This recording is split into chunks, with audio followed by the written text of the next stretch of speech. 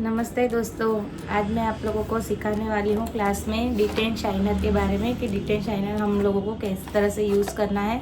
ये detain shiner जो होता है वो ब्लीच की तरह ही होता है, पर डिटेन शाइनर में दो चीज़ें आती है। ये है जो डिटेन के लिए होता है, जैसे ब्लीच में आता है जो क्रीम बेस में आता है, तो ये लिक्विड बेस में आता है और ये एक्टिवेटर है। तो ये दोनों को मिक्स करके हमें ब्लीच करना है। और किस तरह से हमें ब्लीच करना है, ब्लीच के लिए क्या क्या हमें चीज़ें चाहिए, वो सब मैं आपको बताने वाली हूँ।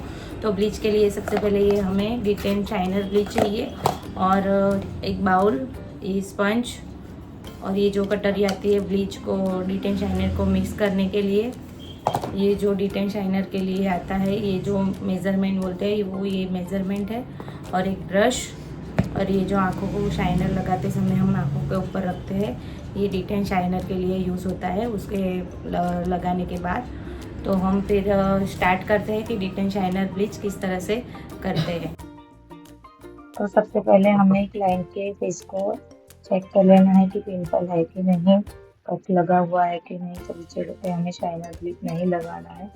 और फिर हमें हेयर को पूरा फेशियल बेस से कवर कर देना है।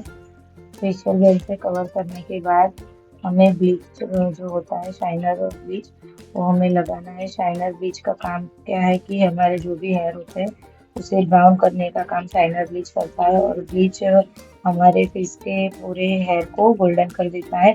इसलिए क्लाइंट शाइनर ज़्यादा पसंद करते हैं, जिसकी वजह से शाइनर की वजह से हमारे जो फेस होता है वो नेचुरल दिखता है। तो हमें इस तरह से शाइनर और ब्लीच के लिए हमें एक बाउल चाहिए, और इस तरह से हमें मेजरमेंट में निकालना है जितना हमें लिक्विड जो शाइनर ब्लीच आता है वो लिक्विड बेस में आता है। तो हमें जितना शाइनर ब्लीच लेना है उतना ही एक्टिवेटर ब्लीच भी लेना है।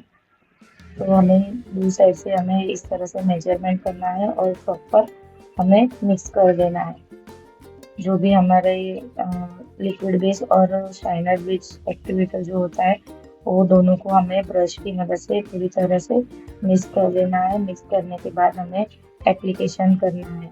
एप्लीकेशन करते समय हमें वो बात का ध्यान रखना है कि अगर क्लाइंट के फेस पे अगर पिंपल हो या फिर कट लगा हुआ हो तो हमें वो पार्ट छोड़ के हमें शाइनर ब्लीच लगाना है। पूरी तरह से हमें पूरे फेस पे लगा देना है। शाइनर ब्लीच लगाने के बाद हमें 10 मिनट्स शाइनर ब्लीच को रखना है पूरे फेस और नेक पर।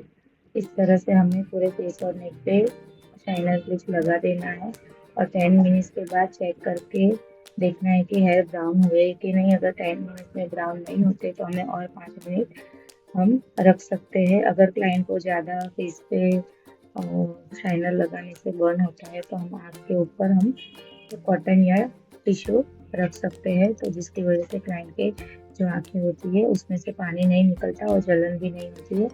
फेस को पूरा क्लीन करने के बाद हमें फेस को पूरा ड्राई कर देना है। ड्राई करने के बाद हमें कोई भी मॉइस्चराइजर क्रीम या आफ्टर जेल लगा देना है और 2 मिनट जेल की मसाज देनी है, जिसकी वजह से हमारे जो शाइनर ब्लीच की वजह से जो भी ड्राई फेस हो जाता है तो वो फेस जेल की वजह से पूरा मॉइस्चर मिल जाता है।